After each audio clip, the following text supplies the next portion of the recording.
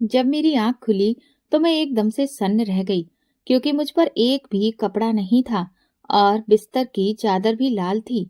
मेरी सांसें थम गईं, क्योंकि बिस्तर पर फैला खून किसी चोट का नहीं था, बल्कि मेरी सबसे कीमती चीज मुझसे छिन गई थी। मैं 1 घंटे से यूनिवर्सिटी के बाहर खड़ी इंतजार कर रही थी और मेरा ड्राइवर न जाने कहाँ रह गया था। 15 मिनट और बीत गए कि तभी काले रंग की गाड़ी मेरे पास आकर रुकी। वो एक नए मॉडल की गाड़ी थी, जिसे देखकर कुछ पल के लिए मेरी आंखें फटी की फटी रह गईं, क्योंकि मुझे गाड़ियों का शुरू से ही बहुत शौक था। लेकिन मेरी ये खुशी तुरंत ही हैरानी में बदल गई जब उस गाड़ी से अचानक 3 लोग बाहर निकले। उनमें से 2 ने मुझे पकड़कर जबरदस्ती गाड़ी में डालना शुरू कर दिया। मैं खुद को छुड़ाने की कोशिश कर रही थी, लेकिन उनकी पकड़ बहुत मजबूत थी और अचानक मुझे ऐसा लगा जैसे किसी ने कोई जोरदार चीज मेरे सर पर मारी हो। मेरी आंखों के सामने अंधेरा छा गया और मैं बेहोश हो गई। जब मुझे होश आया तो मैं अब भी गाड़ी में थी। मैंने खिड़की से बाहर देखा तो अंधेरा हो चुका था। पता नहीं मैं कितने घंटे बेहोश रही थी। मेरे पास एक बेहद बदसूरत आदमी बैठा था, जो गंदी नजरों से मेरी ओर देख रहा था। मेरा दिल कर रहा था कि मैं यहाँ से कहीं गायब हो जाऊं। मैं फिर से बाहर निकलने की कोशिश करने लगी, लेकिन इस बार उस आदमी ने मेरे चेहरे पर एक जोरदार थप्पड़ मारा, जिससे कि मेरा होंठ फट गया और खून बहने लगा। दूसरा आदमी उसे कहने लगा, पागल हो गया है क्या? ये क्या कर रहा है? अगर भाई को इस बारे में पता चल गया तो तेरी शामत आ जाएगी। वो आदमी तुरंत डर गया और बोला, यार यूबी, कुछ करके भाई को ये सब मत बताना कि मैंने इस लड़की को मारा है। कोई बहाना बना देना। मुझे नहीं पता कि वो किसके बारे में बात कर रहे थे, लेकिन इतना अंदाजा हो गया था कि वो व्यक्ति काफी रौबदार होगा। मैंने उस आदमी को मुस्कुराते हुए देखा और कहा कि मैं तुम्हारे साहब को इस बारे में बता दूंगी। वो दोबारा मुझे मारने के लिए आगे बढ़ा, लेकिन अचानक ही रुक गया और फिर जोर से हंसने लगा। कहने लगा, पहले अपनी इज्जत तो बचा लो, फिर तुम मेरे बारे में शिकायत लगाना। और उसकी बात सुनकर मैं एकदम से बेचैन हो गई। मैंने कहा, तुम किस बारे में बात कर रहे हो और मुझे कहाँ लेकर जा रहे हो? मुझे किसने अगवा किया है? वो हंसते हुए बोला, हसीन दिलरुबा, थोड़ी ही देर में तुम्हें सारी हकीकत पता चल जाएगी। फिलहाल चुपचाप यहीं बैठी रहो। अगर तुम चुप नहीं रह सकती तो मुझे बता दो, ताकि मैं तुम्हें फिर से सुला दूं। उसकी बात सुनकर मैं बहुत डर गई, क्योंकि मुझ में और दर्द सहने की हिम्मत नहीं थी जो मैंने बेहोश होने से पहले सहा था। कुछ देर के बाद ही गाड़ी एक बहुत बड़े बंगले के सामने आकर रुकी। वो मुझे एक फार्म हाउस जैसा लग रहा था। बंगले का दरवाजा खोलकर उन्होंने मुझे अंदर की तरफ धकेल दिया। मेरे हाथ इस वक्त बंधे हुए थे। इससे पहले कि मैं फिर से दरवाजे की तरफ भागती, वहां एक औरत आ गई और मुझे खींचते हुए ले जाने लगी। उसमें मर्दों जैसी ताकत थी और उसके चेहरे पे एक बहुत ही डरावना निशान था, जो उस औरत को और भी भयानक बना रहा था। मुझे लगा कि मैं ऐसी मुसीबत में फंस गई हूँ जिससे निकलना मेरे लिए अब नामुमकिन है। वो मुझे कमरे के अंदर ले गई और मेरे हाथ खोल दिए। अब मैं बिल्कुल आजाद थी। लेकिन इससे पहले कि मैं बाहर निकलने की कोशिश करती, अचानक किसी ने मेरी कलाई पकड़ी और मुझे अपनी तरफ खींचा। मैं जोर से उसके सीने से टकरा गई। उसके शरीर से किसी कीमती परफ्यूम की खुशबू आ रही थी। इससे पहले कि मैं मदहोश होती, उसने मेरे शरीर को एक ओर झटक दिया। मुझे ऐसा लगा जैसे मेरी हड्डियां हिल गई हों। मैंने डरते डरते सिर उठाकर देखा तो सामने एक बेहद खूबसूरत लड़का खड़ा था। वो लड़का मुझे कुछ जाना पहचाना लग रहा था, लेकिन याद नहीं आ रहा था कि मैंने उसे कहाँ देखा है। वो मेरी आंखों में बेहद गुस्से से देख रहा था। कहने लगा, तुम जानती हो मैंने तुम्हें यहाँ क्यों बुलाया है? मैंने जल्दी से ना में सिर हिला दिया। उसने अपना सिर मेरे कानों के पास झुकाया और मेरे कान की कोर को दांतों से दबाते हुए कहा। इसके साथ ही मेरा दिल जोर से धड़कने लगा था। इससे पहले कोई भी व्यक्ति मेरे इतने करीब नहीं आया था, ना ही मैंने किसी को अपने करीब आने की इजाजत दी थी। मैं बुरी तरह से छटपटा रही थी और खुद को उससे आजाद कराने की कोशिश कर रही थी, लेकिन उसकी पकड़ और भी मजबूत होती चली जा रही थी। कुछ देर बाद मुझे ऐसा लगा जैसे मेरी हड्डियां टूट जाएंगी। मैंने रोते हुए उससे कहा, भगवान के लिए मुझे छोड़ दो, मुझे बहुत तकलीफ हो रही है। वो मुस्कुराने लगा और कहने लगा, ये तकलीफ तो कुछ भी नहीं है। थोड़ी देर बाद जो तकलीफ होगी उसका असली मजा तुम्हें आएगा। और फिर उसने मुझे एक चीज सुंघाई, जिससे मेरा सिर बुरी तरह से चकराने लगा। बेहोश होने से पहले जो मंजर मैंने देखा, उसे देखकर मेरे रोंगटे खड़े हो गए। वह अपनी शर्ट के बटन खोल रहा था, साथ ही अपनी बेल्ट भी निकाल रहा था। प्लीज ऐसा मत करो, मैंने खुद को कहते हुए सुना, और फिर मैं बेहोश हो गई। जब मैं होश में आई तो जो मंजर मैंने देखा था, उसे देखकर मुझे लगा कि मेरे पैरों के नीचे से जमीन निकल गई हो। मैं सोच भी नहीं सकती थी कि मेरे साथ इतना बड़ा अन्याय हो सकता है। उस समय मैं ऐसे ही थी। मैंने जल्दी से खुद को एक चादर में ढकने की कोशिश की, लेकिन जब मैंने चादर की हालत देखी तो मेरी रही सही हिम्मत भी टूट गई थी। वो चादर उस समय लाल रंग के धब्बों से भरी हुई थी, और वो लाल रंग किसी और चीज का नहीं बल्कि खून का था। मैं चीख रही थी कि अचानक बाथरूम का दरवाजा खुला, और वो लड़का जो थोड़ी देर पहले मुझे धमकी दे रहा था, वॉशरूम के अंदर से बाहर निकला। वो उस समय बहुत ही खुश नजर आ रहा था। उसके चेहरे पर एक बहुत ही प्यारी सी मुस्कान थी, मगर उसकी ये मुस्कान मुझे बहुत जहर लग रही थी। मेरा बस नहीं चल रहा था कि इस इंसान को हमेशा के लिए खत्म कर दूं। मैं अभी इस हालत में बिल्कुल भी नहीं थी कि मैं उससे अपना बदला ले सकती। मैं तुमसे बहुत माफी चाहता हूँ। मैं तुम्हें मजा नहीं दे पाया, लेकिन मैंने तुम्हें एक सरप्राइज दे दिया है। मुझे यकीन है ये सरप्राइज देखकर तुम्हें बहुत खुशी महसूस हुई होगी। और फिर उसने मुझे एक आंख मारी और फिर कहने लगा, बिना शक तुम बहुत हसीन हो। तुम्हारा हुस्न मुझे बहुत पसंद आया, और मुझे यकीन है तुम हमेशा यूं ही मेरे दिल को सुकून पहुंचाती रहोगी। मैंने ऊंची आवाज में चिल्लाते हुए कहा, खबरदार, खबरदार, जो तुमने मेरे करीब आने की कोशिश भी की, मैं तुम्हें नहीं छोड़ूंगी। मैं तुम्हें जान से मार दूंगी। तुम्हारी हिम्मत भी कैसे हुई मेरे साथ ये सब करने की। ये कहकर मैं फिर से बैठकर रोने लगी। मुझे अब भी यकीन नहीं आ रहा था कि मैं अपनी इज्जत खो चुकी हूँ। वो कहने लगा, अच्छा तो चलो अपने आप को समेट लो, कहीं ऐसा ना हो कि मेरा इरादा फिर से बदल जाए। यार, बड़ी जालिम चीज हो। एक रात में मन ही नहीं भरा तुमसे। जी चाहता है फिर से तुम्हें अपनी बाहों में समेट कर जी भर कर, लेकिन फिलहाल अभी मुझे बहुत काम है। और वैसे मैं तो नहा चुका हूँ, मगर तुम्हें देखकर मेरा दिल कर रहा है कि एक बार फिर से नहा लूं। अगर तुम कहो तो मैं ये कहकर वो मेरी तरफ बढ़ा ही था कि मैं तेजी से पीछे हट गई और बिस्तर से टेक लगाकर बैठ गई। मैंने चादर को अपने चारों तरफ लपेट रखा था, लेकिन वो चादर मुझे पूरी तरह से ढक नहीं रही थी। मेरे पैर अब भी दिख रहे थे। मैंने उससे रोते हुए पूछा, तुमने मेरे साथ ये सब क्यों किया? उसने इस बात का जवाब नहीं दिया और मेरे पास आकर मेरे मुंह को जोर से दबोचते हुए कहने लगा, मुझसे किसी को भी सवाल करने की इजाजत नहीं है, और ना ही किसी को ये हक है कि वो मुझे इस तरह चिल्लाते हुए बात करे। तुम्हें इस बारे में पहले पता नहीं था, इसीलिए मैं तुम्हें माफ करता हूँ और तुम्हें आखिरी चेतावनी देता हूँ। अगर दोबारा तुमने यूं चिल्लाने या मुझसे बदतमीजी करने की कोशिश की तो मुझसे बुरा कोई नहीं होगा। जल्दी से अपने आप को ढको और फ्रेश हो जाओ। ये कहकर वो तेजी से कमरे से बाहर निकल गया।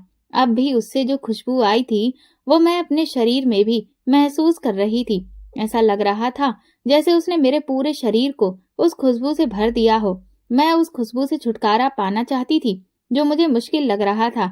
जब मैं बिस्तर से उठी तो मेरा सिर चकराने लगा और मैं जोर से जमीन पर गिर गई। मेरे घुटने फर्श से टकराए थे, जिससे एक जोरदार आवाज पैदा हुई और मैं फिर दोबारा से चिल्लाने लगी। अचानक कमरे का दरवाजा खुला और वो व्यक्ति फिर से कमरे के अंदर दाखिल हुआ। इससे पहले कि वो मेरे पास आता, मैं गुस्से से दहाड़ती हुई बोली कि मेरे करीब मत आना। अगर तुम्हें मुझे हाथ भी लगाने की कोशिश की तो मैं खुद को खत्म कर लूंगी। मैंने साइड टेबल पर रखे परफ्यूम की बोतल को एक झटके से दीवार पे मारकर तोड़ दिया था और उसका कांच अपनी कलाई पर रख लिया था। उसने गहरी सांस ली और कहने लगा, अगर मुझे तुम्हारे करीब आने की जरूरत महसूस हुई तो तुम मुझे रोक नहीं सकती। फिलहाल तो मैं अभी तुम्हें सहारा देना चाहता हूँ। ये कहकर उसने मेरी बाह पकड़कर एक झटके से मुझे उठाया। मेरे हाथ में पकड़ा कांच उसने मुझसे लेकर दूर फेंक दिया था। गुस्से के मारे मेरा दिमाग साए साए कर रहा था, लेकिन उसका सहारा लेना जरूरी था, क्योंकि फिलहाल मैं इस हालत में बिल्कुल नहीं थी कि कोई व्यक्ति मुझे देख सकता। मगर उसने न केवल मुझे देखा था, बल्कि मुझे इस्तेमाल भी कर चुका था, और ये सोचकर ही मेरी आंखों में फिर से आंसू बहने लगे थे। वो मुझे वॉशरूम के दरवाजे तक ले गया।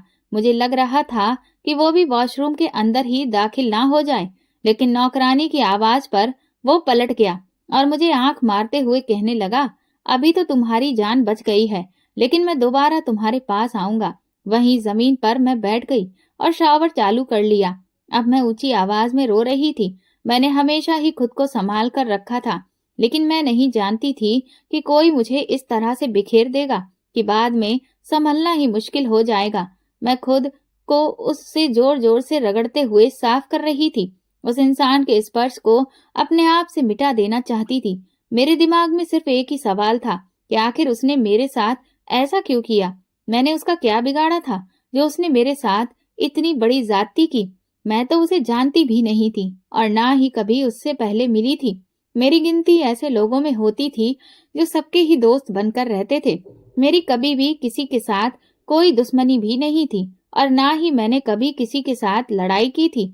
मैं बहुत ही नरम दिल लड़की थी। जब भी किसी के साथ कुछ बुरा होता तो मेरा अपना दिल दुख जाता। मेरे दिल में उसके लिए हमदर्दी पैदा हो जाती। यही वजह थी कि मैं कभी भी किसी को नुकसान नहीं पहुंचाती थी। काफी देर के बाद दरवाजे पर दस्तक हुई। मैंने उठने की कोशिश की, लेकिन मेरा पैर फिर से फिसल गया और मैं दोबारा से धड़ाम से जमीन पर जा गिरी। क्या आज तुम्हारा वॉशरूम में रहने का ही इरादा है? जल्दी से बाहर आओ, मुझे तुमसे एक जरूरी बात करनी है। ये वही उसी लड़के की आवाज थी। वो बिल्कुल भी शर्मिंदा नजर नहीं आ रहा था। वो यूं बर्ताव कर रहा था जैसे वो मेरा पति हो और मुझ पर हक रखता हो। मैंने हिम्मत की और फ्रेश होने के बाद दोबारा वॉशरूम से बाहर निकली। वो बिना शर्ट बिस्तर पर लेटा हुआ था। उसे देखकर मैंने शर्म से आंखें बंद कर ली। मुझे आंखें बंद करता देख वो तंजिया अंदाज में हंसने लगा। कहने लगा, मैं तुम जैसी लड़कियों को बहुत अच्छे से जानता हूँ, इसीलिए ड्रामे करने की जरूरत नहीं है। मैं जानता हूँ कि तुम दिल ही दिल में खुश हो रही होगी कि तुम्हें एक बहुत ही खूबसूरत लड़का मिल चुका है। उसकी बात सुनकर मेरा दिमाग तो सुन्न हो गया था। मैंने हिम्मत की और चलते हुए उसके पास आई। इससे पहले कि मैं उसके चेहरे पर थप्पड़ मारती, उसने मेरा हाथ पकड़ लिया और मेरे कान में गर्राते हुए कहने लगा, नो स्वीट हार्ट, अब नहीं। पहले तो तुम लोगों ने ये सब कुछ कर लिया था, लेकिन अब मैं ये सब करने की इजाजत नहीं दूंगा।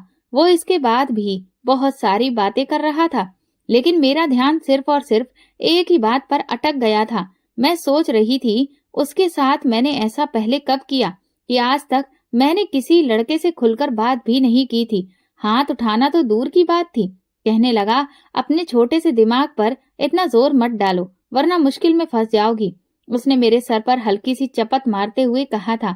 कुछ देर पहले का दृश्य याद करके मेरी आंखों में फिर से आंसू आ गए। मैंने गुस्से से उसका कॉलर पकड़ा और कहा, तुमने मेरे साथ ये सब क्यों किया? आखिर मैंने तुम्हारा क्या बिगाड़ा था? उसने सख्त शब्दों में कहा, मेरा कॉलर छोड़ो। लेकिन मैंने उसका कॉलर नहीं छोड़ा और उसकी आंखों में ही देखती रही थी। तभी उसने मेरी बाह पकड़ी और उसे जोर से मरोड़ते हुए कहने लगा, तुम्हारे साथ मैंने ये सब इसलिए किया क्योंकि तुम इसी लायक थी। मैंने कहा कि मैंने तुम्हारे साथ कभी कुछ गलत नहीं किया था। मैं तो तुम्हें जानती भी नहीं हूँ, फिर तुम मुझे इतनी बड़ी सजा कैसे दे सकते हो? तुम मेरी इज्जत के साथ कैसे खेल सकते हो? तुम्हारी अपनी भी तो बहन होगी। खबरदार, अगर तुमने मेरी बहनों का नाम भी लिया तो मैं तुम्हारी जुबान खींच लूंगा। उसने गुस्से से फटते हुए कहा और मुझे बेड पर धक्का दे दिया। वो फिर से मदहोश होने लगा। उसकी आंखों में उतरती खुमारी देखकर मैं तेजी से ना में सिर हिलाने लगी और उसके सामने हाथ जोड़ दिए। नहीं, भगवान के लिए ये सब कुछ मत करो। तुम मुझे क्यों बर्बाद करने पर तुले हुए हो? क्यों मुझे तकलीफ दे रहे हो? तुम नहीं जानते मैं कैसे अंगारों पर लौट रही हूँ। एक लड़की की इज्जत उससे छिन जाना कितनी बड़ी बात होती है, तुम नहीं समझ सकते। मेरी बात सुनकर वो हंसने लगा और बोला, तुम्हें तकलीफ देने के लिए ही तो लाया हूँ। और तुम्हें क्या लगता है कि मैं तुमसे प्यार करूंगा या तुमसे शादी करना चाहता हूँ? अरे, तुम्हारे जैसी लड़कियों पर तो मैं थूकना भी पसंद नहीं करता। वो फिर से मेरी तरफ बढ़ने लगा। वो मेरे करीब आ चुका था और मैं पीछे हटती जा रही थी। उसने मेरा हाथ पकड़ा और मुझे अपने पास खींच लिया। मैंने उसके सीने पे हाथ रख दिए, उसे अपने से दूर धकेलने लगी। वो चुपचाप से दृश्य देख रहा था। उसकी आंखें मेरे चेहरे पर जमी हुई थीं। मुझे अपना चेहरा जलता हुआ महसूस हो रहा था। कुछ देर बाद मुझे देखते रहने के बाद बोला, अच्छा, देखता हूँ तुम्हारे अंदर कितना दम है। आखिर कब तक तुम मुझे खुद से दूर रख सकती हो? चलो, मैं अपना मामूली सा भी जोर नहीं लगाता, मुझे सिर्फ अपने ऊपर से हटाकर दिखाओ। मैंने उसे जोर से पीछे धकेला, लेकिन ऐसा लग रहा था जैसे मेरे ऊपर कोई इंसान नहीं बल्कि कोई बुलडोजर हो। बस यही ताकत थी तुम्हारी। ये कहकर वो खुद ही मेरे ऊपर से हट गया और फिर कमरे से ही निकलता चला गया। मैंने भगवान का धन्यवाद किया कि उसने मुझे हाथ नहीं लगाया था। मेरी बेहोशी की हालत में उसने जो भी कुछ मेरे साथ किया था, उसे सोचकर ही मेरा पूरा शरीर कांप रहा था। अगर मेरे होशो हवास में वो कुछ करता तो शायद मैं जिंदा नहीं बच पाती। अगले दिन जब मैं उठी तो देखा कि वो अब भी सो रहा था। मैंने उसे अब तक उसका नाम भी नहीं पूछा था, ना ही मैं उसके बारे में कुछ जानती थी। फिर भी उसने मेरे वजूद में अपना हक जमा लिया था। कुछ पल मैं उसे देखती रही, फिर अचानक ही मेरे दिमाग में एक विचार आया। वो बहुत ही सावधानी से मैं बिस्तर से उठी और बाहर की ओर बढ़ने लगी। मेरा रुख बाहर की ओर था। मैं किसी भी तरह यहाँ से भाग जाना चाहती थी। मुझे यकीन था कि अगर मैं यहाँ से एक बार भाग गई तो मैं बच पाऊंगी। मैं अभी उसके ही कपड़ों में थी। इससे पहले कि मैं घर के बाहरी दरवाजे तक जाती, किसी ने मेरी बांह पकड़ी और जोर से अपनी ओर खींच लिया। मैंने ऊपर देखा तो वही जालिम इंसान था। कहने लगा, तुम्हारी हिम्मत भी कैसे हुई मेरी इजाजत के बिना कमरे से बाहर निकलने की। उसकी बात सुनकर मैंने बेहद गुस्से से उसकी तरफ देखा। न जाने मेरे दिमाग में क्या आया, मैंने उसके चेहरे पर गुस्से के मारे थूक दिया। कुछ पल तो वो हैरत से मेरी ओर देखता रहा, फिर उसने मुझे घसीटते हुए कमरे के अंदर ले जाने लगा। कहने लगा, तुम जैसी लड़कियों को इज्जत रास नहीं आती। तुम मुझसे पूछ रही थी ना कि मैं तुम्हें यहाँ क्यों लाया हूँ, तो अब तुम देखो और सुनो। कुछ देर बाद उसने मोबाइल पे एक कॉल लगाई। मोबाइल पे दिखाई जाने वाली जो तस्वीर मैंने देखी थी, तो एक पल के लिए मेरा दिल तेजी से धड़क उठा था। वो तस्वीर किसी और की नहीं बल्कि मेरे पापा की थी। उसने मेरे पापा को वीडियो कॉल लगाई थी। फिर उसने कैमरा मेरी तरफ किया। जब मेरे पापा ने मेरे चेहरे की ओर देखा तो उसके चेहरे पर अविश्वास छा गया था। वो मेरे पापा से कहने लगे, देखिए, आप कहते थे ना कि मैं कुछ नहीं कर सकता, लेकिन मैंने आपकी बेटी को अपनी मोहब्बत में गिरफ्तार कर लिया है। अब ये मेरे बिना नहीं रह सकती। कल रात हमने बहुत रंगीन और बहुत ही अच्छी रात गुजारी है। हमें ये रात सारी जिंदगी याद रहेगी। मैं तेजी से ना में सिर हिला रही थी, लेकिन उसने मोबाइल मुझसे हटा लिया। मैंने उसके हाथ से मोबाइल छीनने की कोशिश की, लेकिन उस वक्त उसके चेहरे पर चट्टानों जैसी सख्ती थी। पता नहीं उसकी आंखें लाल अंगारे क्यों हो रही थीं। ऐसा लग रहा था जैसे उसमें खून छलक आया हो। ऐसा महसूस हो रहा था जैसे इस वक्त वो बहुत बड़े दर्द से गुजर रहा हो। मैंने उसके साथ जबरदस्ती मोबाइल छीनने की कोशिश की तो उसने एक जोरदार थप्पड़ मेरे चेहरे पर दे मारा और मेरी आंखों के सामने अंधेरा छा गया और फिर मैं बेहोश हो गई। और जब उसकी हकीकत मुझ पर खुली थी तो मेरा दिल भी उसके दर्द पर तड़प उठा था। उसने मुझे बताया कि वो अपने माता पिता के साथ एक शांतिपूर्ण जीवन जी रहा था। उसे किसी चीज की कोई लालसा नहीं थी, ना तो उसे दौलत पसंद थी और ना ही ऐसो आराम। वो एक सुकून भरी जिंदगी जीना चाहता था। पर उसके पास जमीनें थीं और इसके साथ ही वो शहर में फल भी बेचते थे। एक बार मेरे पापा भी उनसे फल खरीदने गए थे।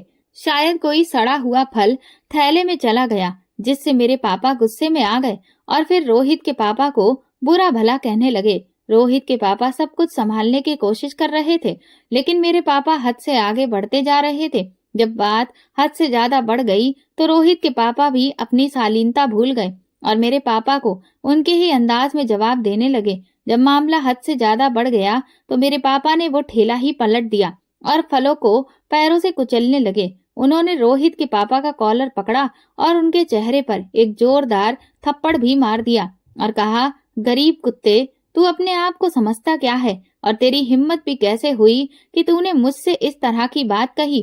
क्योंकि मेरे पापा के पास बड़ी गाड़ी थी, उनके साथी भी उनके साथ में थे, इसीलिए कोई भी आगे नहीं बढ़ रहा था और किसी ने भी रोहित के पापा को नहीं छुड़ाया। पहले उन्होंने रोहित के पापा को थप्पड़ से मारा और फिर उस सबके सामने उन्हें बुरी तरह से बेइज्जत भी कर दिया।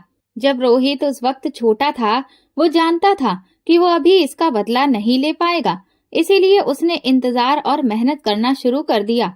रोहित के पापा एक नरम दिल इंसान थे और इज्जत की जिंदगी जी रहे थे। जब उसकी सबसे सामने इतनी ज्यादा बेइज्जती हुई तो वो बहुत दिल पर ले गया और उनका दिल टूट गया और सबसे अलग थलग रहने लगे थे। थोड़े ही समय के बाद उनकी मौत हो गई थी। किसी को भी नहीं पता था उनकी मौत किस वजह से हुई थी, लेकिन रोहित अच्छी तरह से जानता था कि उसके पापा अपनी बेइज्जती बर्दाश्त नहीं कर पाए थे और तभी से उसने ये तय कर लिया था कि वो मेरे पापा से बदला लेगा। पहले उसने दिल लगाकर पढ़ाई की, उसके बाद उसे एक ऐसे व्यक्ति की संगति मिली जो न केवल बहुत अमीर था बल्कि शहर का बहुत बड़ा गुंडा भी था। रोहित क्योंकि एक चालाक दिमाग का मालिक था, इसलिए उसने रोहित को अपने साथ मिला लिया और फिर थोड़े ही समय के बाद रोहित ने उसकी जगह ले ली। अब ये बंगला, ये गाड़ी, ये सब कुछ उसकी वजह से वो लंबे समय से मेरे पापा से बदला लेने के बारे में सोच रहे थे, लेकिन उसे समझ में नहीं आता था कि वो कौन सा तरीका अपनाए जिससे मेरे पापा बुरी तरह से टूट जाएं। और फिर थोड़े ही समय के बाद उसे पता चला कि मेरे पापा मुझसे बहुत प्यार करते हैं। उसने मेरा शिकार करने का फैसला किया। पहले उसने मुझे मोबाइल पर ट्रैक करने की कोशिश की। मुझे अच्छी तरह याद है कि 1 महीने पहले तक मेरे मोबाइल पे अननोन नंबर से अनजान मैसेजेस आते थे, लेकिन मैं अपने काम से काम रखने वाली लड़की थी, इसीलिए ऐसी बातों पर ध्यान नहीं देती थी। मैं हर रोज कोई न कोई नंबर ब्लॉक करती। जब रोहित को पता चला कि इस तरह बात नहीं बनेगी तो उसने मुझे उठवा लिया और अब एक वीडियो में मेरी आंखों के सामने चल रहा था जिसमें वो मेरे बेहद करीब था। वो मेरे चेहरे की तरफ देखकर मुस्कुरा रहा था और फिर अचानक ही वो बेहद मेरे करीब आ गया। मेरे होठों पे उंगली फेरते कहने लगा, वैसे रिया, तुम बहुत ही खूबसूरत हो। एक बार को तो मेरा दिल तुम पे ही मचल उठा कि सब कुछ भूल भाल कर तुम्हें अपनी बाहों में समेट कर अपने दिल की प्यास बुझा ही लेता हूँ। तुम्हारे बाप से भी बदला पूरा हो जाएगा और मुझे भी तुम जैसी खूबसूरत लड़की की संगत मिल जाएगी। लेकिन क्या करूं, मेरा ज़मीर ये सब कुछ गवारा नहीं करता। मैं एक लड़की की बिना मर्जी से उसके साथ रिश्ता बनाऊं। मैं आंखें फाड़े रोहित को देख रही थी। इसका मतलब कि उसने मेरे साथ कुछ भी नहीं किया। मैं आगे आकर उसके मुंह से कुछ ऐसा ही सुनने के इंतजार में थी। उसकी बाहों के सिकंजे अब तक मेरी कमर पे मजबूती से थे। मेरे बालों की लट से खेलते हुए वो कहने लगा, उस रात मैंने तुम्हें सिर्फ बेहोश किया था और तुम्हें ये जताने की कोशिश की थी कि मैं तुम्हारे करीब आ रहा हूँ, और तुम्हें बेहोश होने के बाद मैं तुम्हारे थोड़ा सा करीब हुआ था और ये वीडियो बनाई थी। उसके बाद बेड की चादर पर लाल रंग के धब्बे और तुमसे कपड़े हटाने का काम मेरी नौकरानी सरोजनी ने किया था। खुश हो जाओ कि मैंने तुम्हारे साथ कुछ भी नहीं किया। ये कहकर उसने एक झटके से मुझे बेड पर धक्का दिया और मैं आंखें फाड़े उसे देख रही थी। यानी वो मुझे बदनाम करना चाहता था। मेरे बाप ये जाहिर करना चाहता था कि वो मुझे बदनाम कर चुका है, जिससे कि मेरे बाप को लगे कि मैं अपनी इज्जत गवा चुकी हूँ। और जाहिर सी बात है, ये सदमा किसी भी बाप के लिए बहुत बड़ा हो सकता था कि उसकी बेटी अपनी इज्जत गवा दे। मैं आंखें फाड़े उसे देख रही थी। वो फिर से मेरे करीब बेड पर आकर बैठ चुका था। फिर कहने लगा, रिया, जानती हो, मैं उस वक्त सोच रहा था जब तुम्हारे पापा ये वीडियो देखेंगे, यकीन नहीं आ रहा मुझे ये वीडियो देखकर उन्हें इतनी खुशी होगी कि वे भगवान के पास जरूर पहुंच जाएंगे, क्योंकि मैं गारंटी से कह सकता हूँ कि उन्हें हार्ट अटैक तो पक्का होगा। रोहित की बात सुनकर मैंने उसके हाथ पकड़े, उससे मिन्नतें करते हुए कहा, भगवान के लिए ऐसा मत करो। मेरे पापा ये तकलीफ बर्दाश्त नहीं कर पाएंगे। वो मुझसे बहुत प्यार करते हैं, लेकिन वो मेरी कोई भी बात सुनने के लिए तैयार नहीं था। उसने बड़े ही खूबसूरत अंदाज में मेरी लट मेरे कान के पीछे कर दी और कहा कि तुम्हें ये वीडियो मिल जाएगी और फिर तुम दोनों बाप बेटी का काम हमेशा के लिए खत्म हो जाएगा। फिर वो अपनी नौकरानी को आवाज लगाने लगा, सरोजनी, तुम कहाँ हो? थोड़ी ही देर के बाद उसने नौकरानी को आवाज लगाई और नौकरानी फौरन ही कमरे में आ गई। कहने लगा, अब इस लड़की को धक्के मारकर इस घर से बाहर निकाल दो। अब इस लड़की की इस घर में कोई भी जगह नहीं है। मैं अपना काम कर चुका हूँ। अब ये लड़की मेरे किसी काम की नहीं। उसकी बात सुनकर मैं हैरानी से उसके चेहरे की तरफ देखने लगी। मुझे बिल्कुल भी उम्मीद नहीं थी कि वो मेरे साथ ये सब कुछ करेगा। मैं तो ना जाने क्या क्या सोच रही थी। इस बात में कोई संदेह नहीं था कि मैं इस बात की कायल हो गई थी कि वो बहुत ही मजबूत कैरेक्टर का इंसान था। वो चाहता तो मेरे साथ कुछ भी कर सकता था, लेकिन उसने मुझे उंगली भी नहीं लगाई थी। बस मुझे डराने धमकाने के लिए और मेरे बाप से बदला लेने के लिए ये सब कुछ कर रहा था। पता नहीं क्यों मेरा दिल उस इंसान के लिए लय पर धड़कने लगा था। उसकी खूबसूरत पर्सनैलिटी की मैं दीवानी हो गई थी। पता नहीं क्यों मेरे दिल में ये गलतफहमी पैदा हो गई थी कि शायद वो मुझसे शादी करने की बात करेगा। लेकिन उसने तो मुझे घर से ही निकलने के लिए कह दिया था। सरोजनी तो मुझे घसीटते हुए घर से बाहर ले आई थी। पहले मैं इस घर में दाखिल होने के लिए तैयार नहीं थी, लेकिन अब मैं इस घर से जाना नहीं चाहती थी। मुझे पता था अगर मैं एक बार इस घर से बाहर निकल गई तो कुछ भी नहीं बचेगा, ना ही मेरे पास इज्जत रहेगी और ना ही खुशियां। अब मैं उस घर के सामने बिल्कुल अकेली खड़ी थी। अचानक एक आदमी मेरे पास आया और मुझे वहां से पकड़ते हुए कहने लगा, साहब ने तो अपना काम पूरा कर लिया, अब क्या इरादा है, मेरे साथ चलोगी या फिर यहीं पर शुरू हो जाऊं? ये वही आदमी था जिसने मुझे गाड़ी में बिठाया था। उसकी बात सुनकर मेरी आंखों में आंसू आ गए। इससे पहले मैं आगे कुछ कहती, उसने एक झटके से ही मेरा हाथ छोड़ दिया और मुझसे माफी मांगते हुए कहने लगा, मुझे माफ कर दो, मुझसे गलती हो गई है। ये कहकर वो तेजी से वहां से भाग गया। मुझे ऐसा लगा जैसे वो मानसिक रूप से किसी बीमारी का शिकार हो। थोड़ी देर पहले तो वो मुझे परेशान कर रहा था, लेकिन अब मुझसे डर कर वहां से चला गया। और फिर मुझे ऐसा महसूस हुआ जैसे खिड़की पर कोई था और शायद वो आदमी खिड़की की तरफ देखकर ही इतना ज्यादा डर गया था। लेकिन मैंने मुड़कर देखा तो खिड़की पर अब कोई भी नहीं था। मुझे एहसास हो गया था कि वहां पे ज्यादा देर खड़े रहना मेरे लिए अब सही नहीं है। इसीलिए मैं जल्दी से वहां से निकलकर अपने घर आ गई। जब मैं अपने घर के अंदर दाखिल हुई तो देखा कि पापा पहले से ही वहां पर मौजूद थे। वो बेताबी से इधर उधर चक्कर काट रहे थे। पापा को देखकर मैं फूट फूट कर रोने लगी। वो तेजी से मेरे पास आए और मेरे चेहरे पर एक जोरदार थप्पड़ मार दिया। मैं इस बात के लिए बिल्कुल भी तैयार नहीं थी। मैंने अविश्वास से पापा को देखा। उनकी आंखों में सिर्फ और सिर्फ अविश्वास था। तो इसका मतलब उसने ये वीडियो भेज दी थी। मैंने मन ही मन सोचा, लेकिन उसने वीडियो नहीं भेजी थी। लेकिन जिस अंदाज में वो मेरी इस कदर करीब था, ये सब देखकर पापा गलतफहमी का शिकार हो गए थे। मैंने पापा से कहा कि पापा, जैसा आप सोच रहे हैं वैसा कुछ भी नहीं है। पापा ने हाथ उठाकर मुझे चुप रहने का इशारा किया।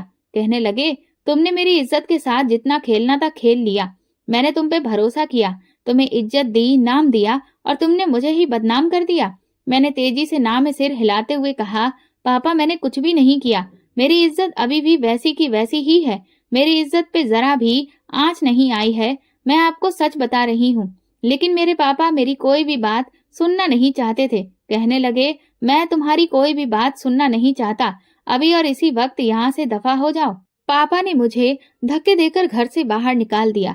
मुझे समझ नहीं आ रहा था कि मैं कहाँ जाऊं।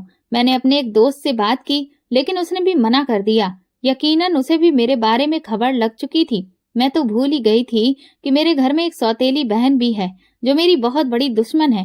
मुझे यकीन था कि उसने ये खबर मेरे पूरे सर्कल में फैला दी होगी। अब अगर वो वीडियो सामने आती भी है तो मुझे ज्यादा फर्क नहीं पड़ता था, क्योंकि सभी लोग पहले से ही मुझे बुरा भला कह रहे थे और हर कोई मुझे गंदी लड़की कहकर पुकार रहा था। मैं इसी तरह सड़क पर चक्कर लगा रही थी कि अचानक सौम्या मेरे पास आकर रुकी। सौम्या मेरे स्कूल की दोस्त थी। उसे देखकर मैं हैरान हुई। मैंने उससे पूछा, तुम यहाँ क्या कर रही हो? मेरी बात सुनकर वो कहने लगी, मेरी छोड़ो, तुम अपनी सुनाओ। मैंने उसे रोते हुए सारी कहानी सुना दी। उसने मुझसे कहा, तुम्हें चिंता करने की कोई जरूरत नहीं है, तुम मेरे साथ मेरे घर चलो। मैं उसके साथ उसके घर रहने के लिए चली गई। वो अपने एक फ्लैट में रहती थी। मुझे लगा 2 दिन बाद वो मुझे निकाल देगी, मगर मुझे उसके घर में रहते हुए लगभग 1 हफ्ता हो गया था। उसने एक बार भी मुझे वहां से जाने के लिए नहीं कहा था, बल्कि वो मेरा बहुत ख्याल रखती थी। मुझे एक बड़ी रकम भी दी और कहा, ये पैसे तुम्हारे काम आएंगे। मैं हैरान थी कि वो मुझ पर इतनी मेहरबान क्यों हो रही है, क्योंकि मैं अच्छी तरह जानती थी कि वो बहुत कंजूस है। वो कभी अपने परिवार पर भी पैसे खर्च नहीं करती। किसी और पे खर्च करना तो बहुत दूर की बात थी। मैं पूरा दिन अपने बिस्तर पर लेटी रहती थी और उन्हीं बातों को, उन्हीं लम्हों को सोचती रहती जिन्होंने मेरी जिंदगी को पूरी तरह से तबाह कर दिया था। उस इंसान ने मुझे सबकी नजरों में बदनाम करके छोड़ दिया, लेकिन उसकी कशिश अब भी खत्म नहीं हुई थी। न जाने उसमें ऐसी कौन सी बात थी जो मुझे बार बार उसकी तरफ खींचती थी। नया साल शुरू होने वाला था। मैं अपने फ्लैट की बालकनी में खड़ी थी। सौम्या इस समय काम पे गई हुई थी। मैं रोहित के बारे में ही सोच रही थी। उसने मुझे धमकी दी थी कि वो वीडियो अपलोड कर देगा, मगर उसने वीडियो अपलोड नहीं की थी। शायद उसे मुझ पर रहम आ गया था। और फिर अचानक ही मेरे फोन पे एक कॉल आई। मैंने देखा तो वो अजनबी नंबर था। मैंने जल्दी से कॉल उठाई तो दूसरी तरफ से आवाज सुनकर मैं कुछ पल के लिए जम गई थी। वो आवाज किसी और की नहीं बल्कि रोहित की थी। वो हुक्म देने वाले अंदाज में बोला कि रिया, अभी और इसी वक्त नीचे आओ, उसने कहा, और मैं दौड़ती हुई नीचे चली गई। मैंने देखा वो अपनी गाड़ी से टेक लगाए खड़ा था। वही खूबसूरत पर्सनैलिटी जो मुझे अपने जादू के घेरे में ले चुकी थी। उसे अपने सामने देखकर मेरा दिल जोरों से धड़कने लगा था। मुझे कुछ समझ नहीं आता था कि मैं अपने दुश्मन से मोहब्बत कैसे कर सकती थी। वो मेरा दुश्मन ही तो था। उसने मेरी जिंदगी बर्बाद कर दी थी, लेकिन फिर भी मुझे उससे मोहब्बत हो गई थी। लेकिन मैं हैरान थी कि वो आज मेरे पास क्यों आया था। वो धीरे धीरे चलता हुआ मेरे पास आया और फिर एक झटके से आगे बढ़कर मुझे अपने से गले से लगा लिया। कहने लगा, I love you so much. मुझसे गलती हो गई रिया, मुझे माफ कर दो। मैं नहीं जानता था कि मैं तुमसे प्यार करने लगूंगा। मैं नहीं जानता था कि मैं तुम्हारा दीवाना बन जाऊंगा। मैं तुम्हारे पापा से बदला लेना चाहता था, मगर मुझे एहसास हुआ कि मैंने तुम्हारे पापा से नहीं बल्कि तुम्हारे साथ ज्यादती की है। तुम्हारे पापा तो बहुत ही सुकून भरी जिंदगी जी रहे हैं। मैं उसे दूर धकेलना चाहती थी, लेकिन मैं उसे धकेल नहीं पाई। मैं उसे शिकायत करना चाहती थी, लेकिन मेरे मुंह में एक शब्द भी नहीं निकला। मैंने बस इतना कहा, तुम बहुत बुरे हो, मैं तुम्हें कभी भी माफ नहीं करूंगी। वो कहने लगा, मैं जानता हूँ मैं बहुत बुरा हूँ और मैं हर तरह की सजा सहने के लिए तैयार हूँ। तुम बस एक बार मेरे साथ चलने के लिए तैयार हो जाओ। वो घुटनों के बल मेरे सामने झुका था। क्या तुम मुझसे शादी करोगी? ये वही था जो कुछ समय पहले तक मुझे धक्के देता था, और अब ये वही है जो मुझे शादी की मांग कर रहा था। मैं इतनी बहादुर नहीं थी कि मैं उससे बदला ले सकूं, और ना ही मैं इतनी मजबूत थी कि उसके बिना रह सकूं। इसी वजह से मैंने उसके प्यार को स्वीकार कर लिया और फिर उसके सीने से लगकर फूट फूट कर रोने लगी। वो मेरे सिर को धीरे धीरे सहला रहा था। कहने लगा, बहुत जल्दी सब कुछ ठीक हो जाएगा। मैं तुम्हारी सारी तकलीफों की भरपाई कर दूंगा। मैंने उसे कहा, क्या तुम अपने पापा का बदला नहीं लोगे? वो हंसने लगा। कहने लगा, बदला तो मैं ले चुका। और तब मुझे पता चला कि पापा की कंपनी बुरी तरह से डूब चुकी थी और पापा सड़क पर आ गए थे। इसके साथ ही पापा को अपनी गलती का एहसास हो गया था। उन्होंने रोहित से माफी मांग ली थी, और मुझे ये भी पता चला कि इस पूरे समय में मेरी मदद करने वाला कोई और नहीं बल्कि रोहित ही था। उसने मुझे अपने घर से बाहर तो निकाल दिया था, लेकिन मेरे बारे में सोचना नहीं छोड़ा था। और आज मैं पूरे हक और मान के साथ रोहित की दुल्हन बनी उसके कमरे में बैठी हुई उसका इंतजार कर रही थी। दिल की धड़कनें बहुत तेज थीं। एक एक पल काटना मेरे लिए सदियों के बराबर था। पहले जो मैं रोहित से दूर भागती थी, अब बेसब्री से उसका इंतजार कर रही थी। और जब वो कमरे में आया तो दिल की धड़कनों ने फिर से शोर मचाया था। वो मेरे करीब होकर बैठ गया। मुंह दिखाई की अंगूठी पहनाते हुए उसने मेरे हाथों को चूम लिया। कहने लगा, रिया, एक बार फिर से माफी मांगता हूँ। मैंने तुम्हारा बहुत दिल दुखाया है, लेकिन यकीन करो, तुमसे मोहब्बत तो मुझे उसी पल हो गई थी जब मैंने तुम्हें पहली बार देखा था। और फिर तुम्हारी इज्जत मेरी इज्जत है। रिया, मैं तुम्हारी इज्जत कैसे तार तार कर सकता था? सरोजनी, वो तो इस बात की गवाह है कि मैंने उस रात तुम्हारे साथ कुछ भी नहीं किया। वो फिर से मुझे यकीन दिलाने की कोशिश कर रहा था, और मैं तो उस पर न जाने कब से विश्वास कर चुकी थी, क्योंकि इतना मैं तो समझ चुकी थी कि जब रोहित मेरे होशो हवास में मेरे करीब नहीं आया था, तो फिर वो मेरी बेहोशी में मेरा इस्तेमाल कैसे कर सकता था। मैंने सुकून से उसकी बाहों में समा गई थी, और रोहित ने भी अपनी बाहों में मुझे जकड़ लिया था। ये रात हमारी जिंदगी की सबसे खूबसूरत और हसीन रात थी। दोस्तों, अगर आपको हमारी कहानी पसंद आई है तो कमेंट करके जरूर बताइएगा, और वीडियो को लाइक करके ज्यादा से ज्यादा शेयर करें। चैनल पर नए हैं तो सब्सक्राइब करें, और हाँ, नोटिफिकेशन बेल को जरूर दबाएं ताकि अगली अपडेट सबसे पहले आपको मिले। धन्यवाद।